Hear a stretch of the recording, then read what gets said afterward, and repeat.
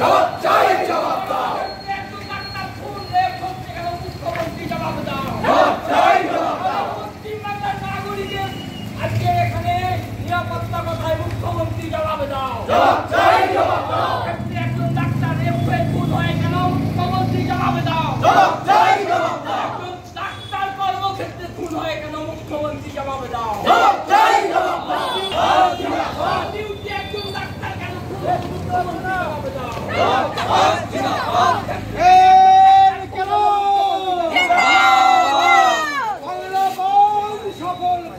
সফল করুন, সফল করুন। চলছে, চলবে। জিন্দাবাদ, জিন্দাবাদ। জিন্দাবাদ, জিন্দাবাদ।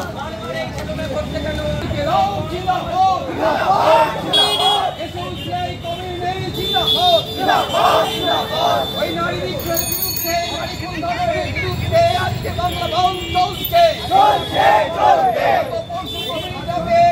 কমিটির মধ্যে ঢুকে রাজতন্ত্র বিভৎস ঘটনা, এর পরিপ্রেক্ষিতে আজকে বাংলা বন্ধ রাখতে বাধ্য হয়েছি আমরা।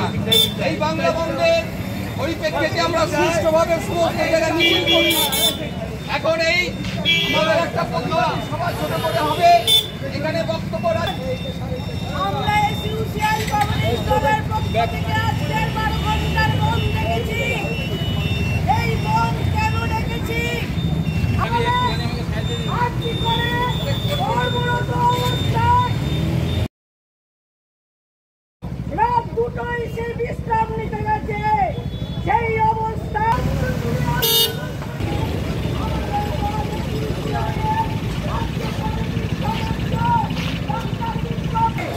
সেই বডি দেখে বলেছে এটা কোনো আত্মহত্যা নয়।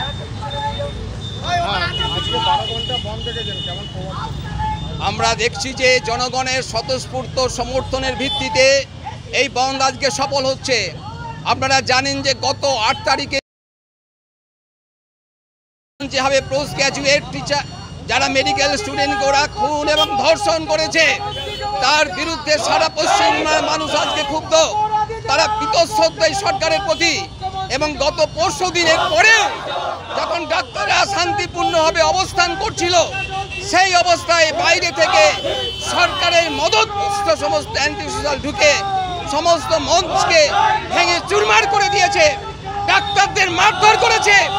ওয়ার্ডের মধ্যে তারা যখন ঢুকে গেছে তখন সেই সমস্ত অ্যান্টি সোশ্যাল বলছে, মেয়েদের বলছে, মহিলা ডাক্তারদের বলছে আবার তোদেরকে দিয়ে রেপ করবো, এই বলা স্পর্ধা পায় কাছ থেকে। তার প্রতিবাদী আজকে বাংলা বন্ধ চলছে।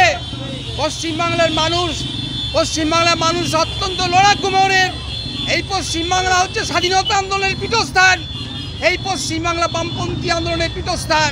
এখানে বহুবার প্রতিবাদ হয়েছে, ফলে আজকের বাংলা বন্ধ সর্বাত্মকভাবে সফল হচ্ছে বলে মনে করছি। সুগুনের দোকানপাট সমস্ত বন্ধ আছে। কিছু কিছু মানুষ অল্প সময়ের ব্যবধানে হওয়ার জন্যে তারা ঠিক খবর না পাওয়ার জন্য খোলা থাকলেও আজকের বন্ধ কিন্তু সর্বাত্মকভাবে সফল হয়েছে বলে আমরা মনে করি।